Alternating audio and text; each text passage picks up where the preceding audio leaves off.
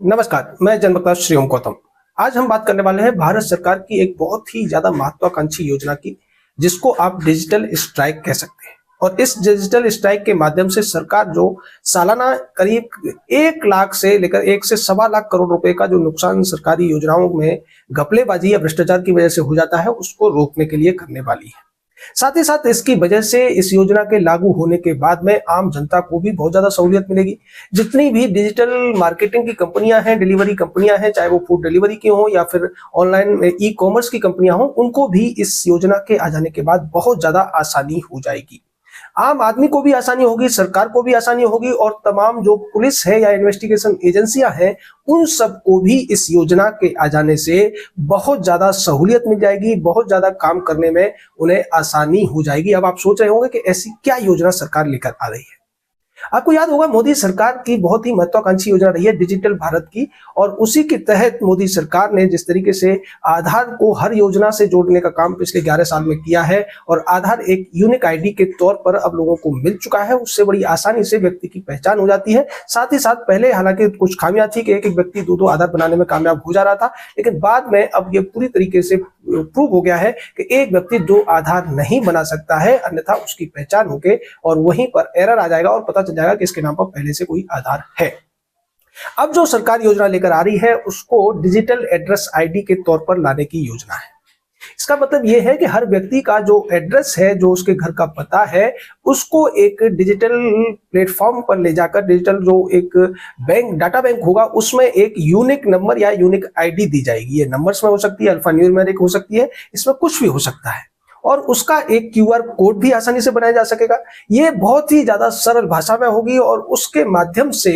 किसी भी व्यक्ति को आसानी से उसकी जो डिजिटल एड्रेस आईडी होगी, उसके माध्यम से जियो टैगिंग को इसके साथ जोड़कर बड़ी आसानी से उसकी लोकेशन, उसका एड्रेस और उसकी जो जिला, तहसील, थाना, सब कुछ एक ही क्लिक में पता चल जाएगा। और ये आम आदमी के लिए भी बड़ा आसान होगा कि उसे कहीं अपना एड्रेस लिखना है, लंबी लंबी लाइनें लिखने की जरूरत नहीं पड़ेगी। उसे एक केवल अपनी यूनिक आईडी वहां पर डालनी है और उसके बाद में जो भी सरकारी एजेंसियां हो, बैंक्स हो या फिर कोई अन्य एजेंसी हो या फूड डिलीवरी की कोई कंपनी हो, वो आसानी से उसको ट्रैक कर पाएगी। और इस तरीके से ये बहुत ही आसान होने जा रहा है। जांच एजेंसियों को इससे यह फायदा मिलेगा कि अगर किसी व्यक्ति ने कोई एड्रेस लिखाया है, वो किसी फ्रॉड में, किसी हेराफेरी में या उसके खिलाफ कोई फ्रॉड हुआ है, उसके खिलाफ कोई वारदात हुई है, या फिर जैसे उसके घर पर कोई आकस्मिक एक्सीडेंटल आग लग गई है या दूसरा इसी तरीके की कोई आपदा है, तब भी वो एजेंसियां इसको आसानी से उस क्यूआर कोड को ट्रैक करने के बाद में उसकी एग्जैक्ट लोकेशन पता करके वहां बड़ी जल्दी पहुंच सकेंगे। पहले ये होता था कि अगर पुलिस को ही किसी व्यक्ति को पकड़ना है, किसी के खिलाफ जांच करनी है, किसी की रेड करनी है, तो पहले उस एड्रेस को ढूंढने में ही बहुत समय लग जाता था। और कई बार ऐसा होता था कि जब तक वो एड्रेस तक पहुंचते थे, अपराधी वहां से भाग जाते थे। या फिर अगर बचाव दल को कहीं जाना होता था, वो एड्रेस ढूंढते रह जाते थे और वहां पर एक्सीडेंट या किसी अन्य आपदा की वजह से लोगों को बहुत ज्यादा पीड़ा का अनुभव करना पड़ता था या पीड़ा सहनी पड़ती थी। या फिर जैसे समझिए कि किसी ने एम्बुलेंस बुलाई है और एम्बुलेंस को घर तक पहुंचने में अगर एड्रेस नहीं वेरीफाई हो पा रहा है, तो 1 घंटा लग गया और उतनी देर में मरीज की हालत और ज्यादा बिगड़ सकती है। लेकिन अब इस डिजिटल एड्रेस आईडी के जनरेट होने के बाद में, जिसमें करीब 1 साल का समय लगने वाला है, हो सकता है उससे पहले या उससे कुछ दिन और लग जाए, लेकिन अगर ये मूर्त रूप ले लेती है तो इससे भ्रष्टाचार के भी मामले रुकेंगे और सरकार की योजनाओं का जो 1 से 1.25 लाख करोड़ रुपए एक्स्ट्रा चला जाता है, लोग हेराफेरी कर लेते हैं, वो भी रुक जाएगा। साथ ही साथ जो बैंकों के साथ फ्रॉड होते हैं, क्रेडिट कंपनियों के साथ फ्रॉड होते हैं या फिर दूसरे तरीके के जो फ्रॉड होते हैं, उसमें भी इससे आसानी से इसे रोकने में मदद मिलेगी। क्योंकि जब व्यक्ति कोई एड्रेस डालेगा, और साथ ही साथ जो वोटर कार्ड का भी एक बड़ा मसला सामने आया था अभी चुनाव के दौरान कि एक एक एड्रेस पर 60-60, 70-70 लोगों ने वोटर आईडी कार्ड बना रखे थे और उनके आधार पर वो बाद में आधार कार्ड भी बनवा सकते हैं, पैन कार्ड भी बनवा सकते हैं, बैंक खाते भी खोल सकते हैं, कुछ भी कर सकते हैं। लेकिन डिजिटल एड्रेस आईडी आने के बाद में वो जैसे ही शो करेगा कि इस घर का, अगर ये जैसे उसमें घर है, एक फ्लैट है और फ्लैट में 10 आदमी, 12 आदमी आधार का एप्लीकेशन कर रहे हैं या वोटर आईडी का एप्लीकेशन कर रहे हैं, तो वो एजेंसियों को पता चल जाएगा, डिपार्टमेंट को पता चल जाएगा कि यहाँ कुछ ना कुछ गड़बड़ है। उसी तरीके से सेल कंपनियां भी, कई बार ऐसा सुनने में आता था कि एक ही एड्रेस पर 100 कंपनियां रजिस्टर हो जाती हैं और वहां से पता नहीं चल पाता था। लेकिन जब डिजिटलाइज्ड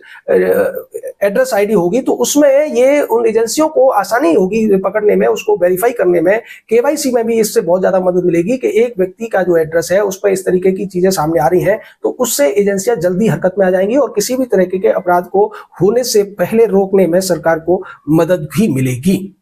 अब इसमें जैसे एड्रेस, हमारा आधार का एक नंबर होता है, 16 डिजिट का नंबर है, और उस नंबर को डालते ही किसी व्यक्ति की सारी डिटेल उसमें आ जाती है, और अब उसका भी क्यूआर कोड बन गया है। आधार कार्ड के ऊपर क्यूआर कोड होता है, आपको पूरा नंबर वगैरह बताने की जरूरत नहीं है। क्यूआर कोड स्कैनिंग जो मशीन है उससे अगर उसको स्कैन किया जाए तो सारी डिटेल आधार की वो उसकी देखी जा सकती है। इसके अलावा आम आदमी को फायदा एक और मिलेगा कि जैसे मोबाइल कंपनियां होती थी या क्रेडिट कार्ड वाली कंपनियां होती थी या डीएसए वगैरह होते थे, बैंक वगैरह होते थे, ये लोग अपनी जो लोगों के एड्रेसेस वगैरह उनकी कॉन्टेक्ट डिटेल को बेचने का काम करते थे। अब वो आसानी से उसको नहीं बेच सकेंगे, क्योंकि जो एड्रेसेस होंगे वो डिजिटल फॉर्म में होंगे और डिजिटल कोड में होंगे, तो उससे उन्हें पता नहीं चल पाएगा कि ये एड्रेस यूपी के हैं, राजस्थान के हैं, बिहार के हैं, मध्य प्रदेश के हैं, कर्नाटक के, तमिलनाडु कहाँ के हैं। तो इसलिए वो उनको नहीं बेच पाएंगे, और इससे बहुत बड़ा जो सहूलियत मिलेगी सरकारी योजनाओं में भी। जिस तरीके से लोग एक ही एड्रेस पर अपना कई आईडी बना लेते हैं, कई राशन कार्ड बना लेते हैं, या फिर दो जगह वो अपने फायदे लेते हैं, तो वो भी ऐसा नहीं कर पाएंगे, क्योंकि एक परिवार के लिए एक एड्रेस ही होगा। अगर कोई व्यक्ति किराए पर रहता है तो वो उस एड्रेस को यूज करेगा जो मकान मालिक का है, यानी कि मकान मालिक की डिजिटल आईडी को वो इस्तेमाल करेगा, क्योंकि वो वहां किराएदार है। तो ये सारी चीजें भी सरकार के लिए, इनकम टैक्स डिपार्टमेंट के लिए,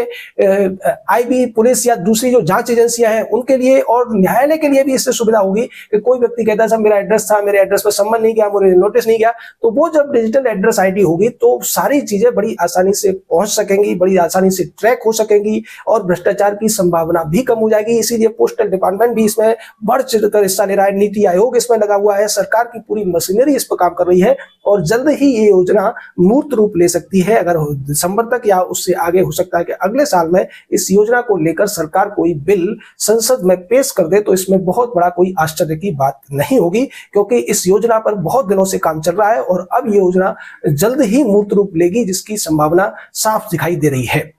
इससे तमाम तरीके के भ्रष्टाचार रुकेंगे, लोगों को आसानी से एड्रेस ढूंढना भी आसान हो जाएगा। कोई व्यक्ति अगर अपने रिश्तेदार के यहाँ जा रहा है, उसे किसी से पूछने की जरूरत नहीं पड़ेगी, वो अपने फोन में उस जो एड्रेस होगा, उसका क्यूआर कोड या उसका जो डिजिटल फॉर्म होगी, उसको अगर चेक करेगा तो जियो टैगिंग के माध्यम से वो आसानी से उस लोकेशन को ढूंढ सकता है, और बिना किसी से पूछे अगर आपने एक बार उसको लोकेशन को डाल लिया तो आप बाइक से या पैदल भी या गाड़ी से आसानी से पहुंच सकेंगे। तो जो टेक्नोलॉजी है उसका फायदा आम जनता को कैसे दिया जाए, उससे भ्रष्टाचार को रोकने में कैसे मदद ली जाए, ये सारी चीजें करती हुई अब मोदी सरकार दिखाई दे रही है। और डिजिटल इंडिया का उद्देश्य भी यही है, जिसको लेकर जल्द ही सरकार एक विधेयक लेकर आने वाली है, और उसके बाद वो जब कानून बन जाएगा, हालांकि कुछ लोग सवाल उठा रहे हैं कि क्या इसको लेकर कुछ सिब्बल सिंघवी टाइप के वकील सुप्रीम कोर्ट तो नहीं पहुंच जाएंगे, क्या इसको प्राइवेसी का मुद्दा तो नहीं बना देंगे। तो उनकी भी संभावना बहुत कम है, क्योंकि इसमें किसी भी तरीके की प्राइवेसी का हनन नहीं हो रहा है, बल्कि जो एड्रेसेस हैं उनको केवल जियो टैगिंग और डिजिटल